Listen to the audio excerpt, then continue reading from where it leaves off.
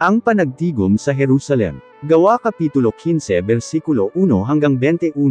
May mga tawo gikan sa Judea nga miadto sa Antioquia ug nagtudlo sa mga tumutuo nga silang mga dili Hudyo dili maluwas kon dili sila magpatuli sumala sa gitudlo sa kasuguan ni Moises.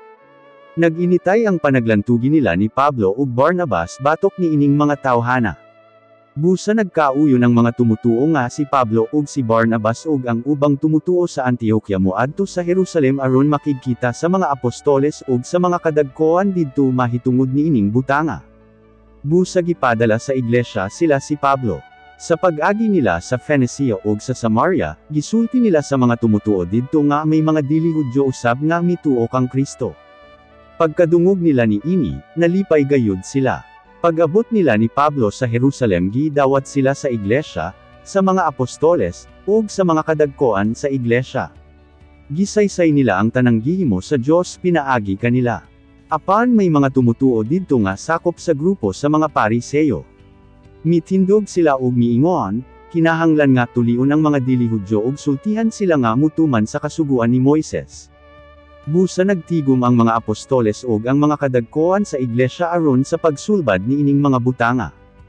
Human sa dugayng panaglantugi mitindog si Pedro ug miingon, mga kaigsuunan, nahibaluan na ninyo nga gipili ako sa Dios gikan kaninyo kaniadto pa aron itudlo ko ang maayong balita sa mga dili Hudyo, aron makadungog usab sila og mutuo. Nahibaluan sa Dios ang kasing-kasing sa mga tawo. Ug gipakita niya nga gidawat usab niya ang mga dili Hudyo tungod kay gihatag usab niya ang Espiritu Santo kanila sama sa iyang gihimo kanato ni adtong una. Sa pananaw sa Dios, kita nga mga Hudyo ug sila nga mga dili Hudyo managsama lamang. Tungod kay gihinluan usab niya ang ilang mga kasing-kasing sa ilang mga salakay mituo man sila. Nganong sulayan man ninyo ang Dios. Nganong gusto man ninyong hatagan og palas anoon ang atong mga isig kasumusunod ni Hesus pinaagi sa pagsunod sa mga tulumanon nga bisan gani kita og ang atong mga katigulangan dili makatuman. Nagtuo kita nga naluwas kita pinaagi sa grasya ni Ginoong Hesukristo, ug mao man usab ngadto sa mga dili Hudyo. Pagkadungog nila ni ana nahilom silang tanan. Ug gipaminaw nila ang gisaysay ni Barnabas ug ni Pablo mahitungod sa mga kahibulungan ug mga milagro nga gihimo sa Dios ngadto sa mga dili Hudyo pinaagi kanila. Pagkahuman nilag saysay, miingon si Santiago, mga kaigsuunan, paminawan ninyo ako.